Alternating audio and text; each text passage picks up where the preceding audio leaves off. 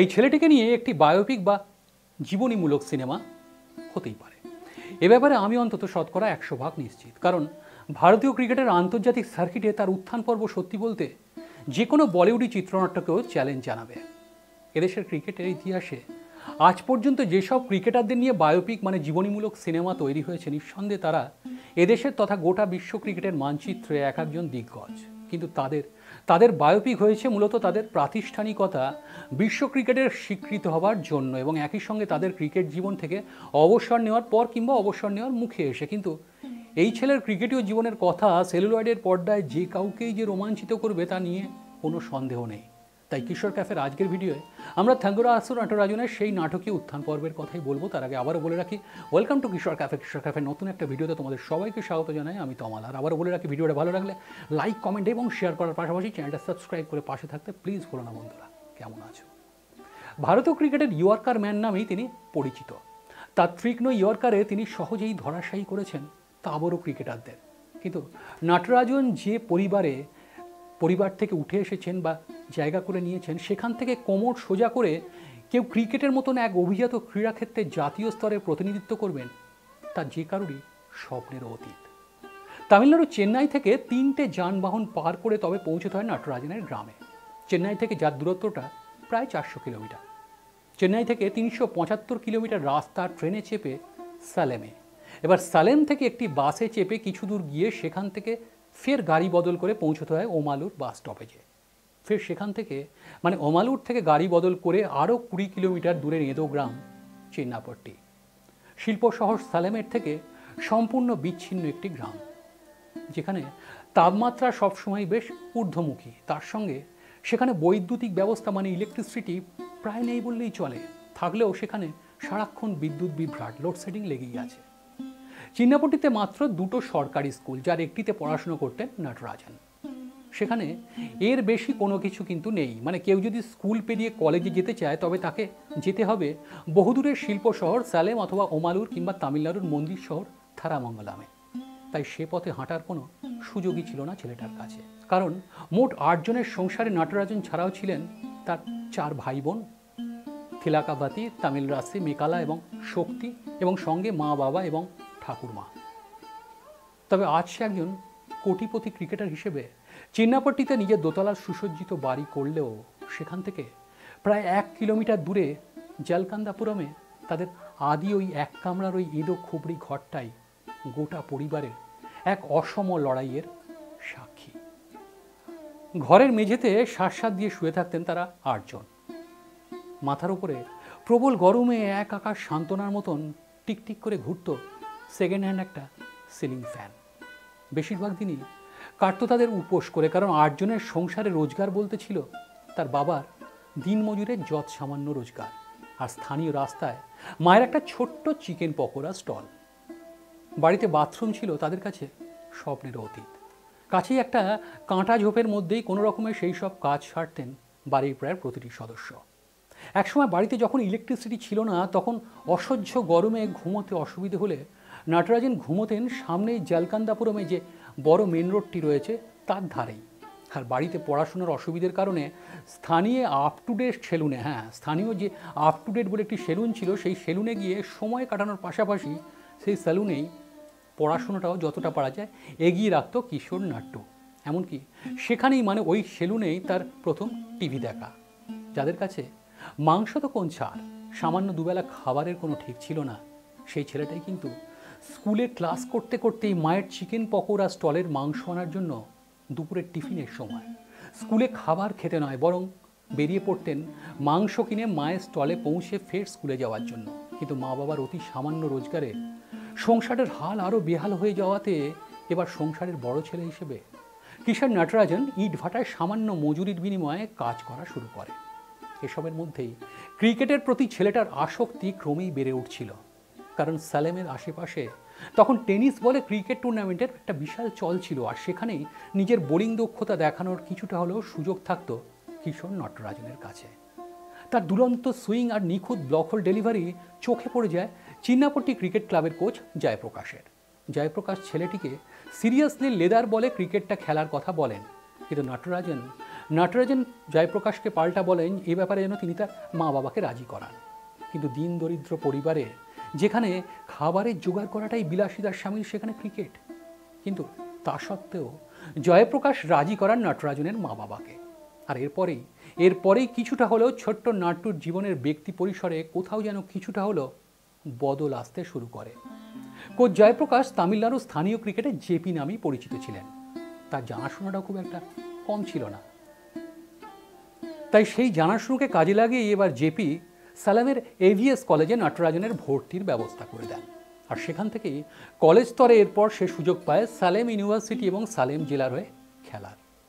এরম সময়তেই কোচ জয়প্রকাশের হাঁটুর লিগামেন্টে প্রবল চোট পেলে সেই চোট নিয়েই, হাতে ক্র্যাচ নিয়েই ছাত্র নটরাজনকে সঙ্গে নিয়ে টানা 7.5 ঘন্টার ট্রেনে এক নাগাড়ে দাঁড়িয়ে চেন্নাই পৌঁছন নটরাজনকে বিএসএনএলের 4র্থ বিভাগের দলের হয়ে লিগ ক্রিকেট খেলাবার জন্য। এখানে পৌঁছে নটরাজন চেমপ্লাস্ট এবং বিজয় সিসি ক্লাবের হয়ে প্রথম ডিভিশনে খেলার সুযোগ পান। তাতে করেই তামিলনাড়ুর জাতীয় নির্বাচকদের নজর কাটতে একরকম বাধ্য করেন ছেলেটি। ফলস্বরূপ 2014-15 মরশুমে তামিলনাড়ুর হয়ে বাংলার বিপক্ষে রঞ্জি অভিষেক হয় থাঙ্গারাসু নটরাজনের। কিন্তু এখানেও তার সামনে আসে আর এক বিপত্তি। তার বোলিং অ্যাকশন এসে দাঁড়ায় বড়সড় প্রশ্নের মুখে। রিপোর্ট করা হয় তার বোলিং অ্যাকশন নিয়ে। এই প্রসঙ্গে শোনা যায় সে সময় তার নিজের জেলার ক্রিকেট থেকে সেভাবে সমর্থন কিন্তু পাননি নটরাজন। কিন্তু তামিলনাড়ু রাজ্য ক্রিকেট অ্যাসোসিয়েশনের বরাবরই তার পাশে সমর্থন হিসেবে দাঁড়িয়েছিল। হ্যাঁ, বরাবরই তামিলনাড়ু ক্রিকেট অ্যাসোসিয়েশন তার পাশে সমর্থনের হাত বাড়িয়ে দিয়েছিল। তবু স্বাভাবিকভাবেই এরপর তাকে নির্দিষ্ট সময়ের জন্য নির্বাসনে পাঠানো হয় সব রকমের ক্রিকেট থেকে। সে সময় তার সেই বিতর্কিত বোলিং অ্যাকশন থেকে তাকে বের করে আনতে তার পাশে এসে দাঁড়ান তামিলনাড়ুর প্রাক্তন ক্রিকেট অধিনায়ক সুনীল সুব্রমণিয়াম। তিনি একা নন, উদীয়মান তরুণ পেসারের পাশে থাকতে এগিয়ে আসেন ভারতের প্রাক্তন উইকেট কিপার এবং ব্যাটার ভরত রেড্ডি নিজেও। সে সময় নটরাজন চেন্নাইতে চেমপ্লাস্টের হয়ে খেলছিলেন। তাই তাকে মাঝে মধ্যে তামিলনাড়ু ক্রিকেট অ্যাসোসিয়েশনের মাঠে নিয়ে গিয়ে ধীরে ধীরে তার বোলিং অ্যাকশনের ভুল ত্রুটিগুলো শুধরে তাকে জাতীয় ক্রিকেটের মূল স্রোতে ফেরাতে ফের উঠে পড়ে লাগেন তার কোচ জয়প্রকাশ। এ সময় নটরাজনের হাতে আসে একটা সুবর্ণ সুযোগ। তাকে নিজেদের দলে খেলানোর জন্য বেছে নেয় তামিলনাড়ু ক্রিকেট প্রিমিয়ার লিগের অন্যতম দল ডিন্ডিগল ড্রাগনস। টুর্নামেন্টের 7 ম্যাচে প্রায় 7.5 ইকোনমি রেটে 10টি উইকেট নিয়ে তিনি কিন্তু ড্রাগনসের ভরসা রেখেছিলেন। একই সঙ্গে দেশের আইপিএল ফ্র্যাঞ্চাইজিরও নজর কেড়েছিল ছেলেটা। সালটা 2016-17 আইপিএল মরশুম। নটরাজনের কাছে খবর আসে সে এবারের আইপিএলের নিলামে উঠতে পারে। তাই চেন্নাইতে বসে টিভিতেই দেখছিলেন গোটা নিলাম প্রক্রিয়াটি। আর এরপরেই আসে সেই মহেন্দ্রক্ষণ। নিলামে 3 কোটি টাকায় নটরাজনকে কিনে নেয় কিংস 11 পাঞ্জাব।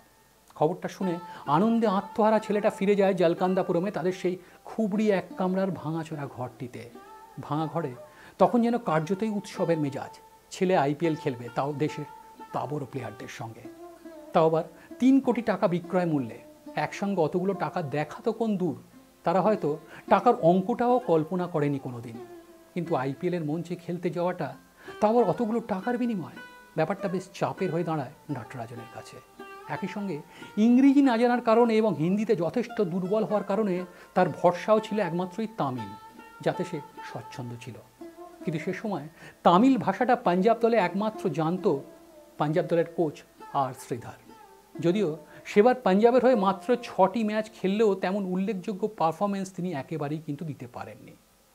একই সঙ্গে সে সময় কনুইয়ের সমস্যার কারণে বেশ অস্বস্তিতেও ছিল নটরাজন, যে কারণে আইপিএলের ঠিক পরেই তার কনুইয়ের অস্ত্রোপচার করা হয় এবং পরের মরশুমে তিনি আইপিএলে ফিরলেও এবার তার আগের দল পাঞ্জাব নয়, বরং বেস প্রাইসের থেকে কিছু বেশি দামে তাকে কিনে নেয় সানরাইজার্স হায়দ্রাবাদ মাত্র 40 লাখ টাকায়।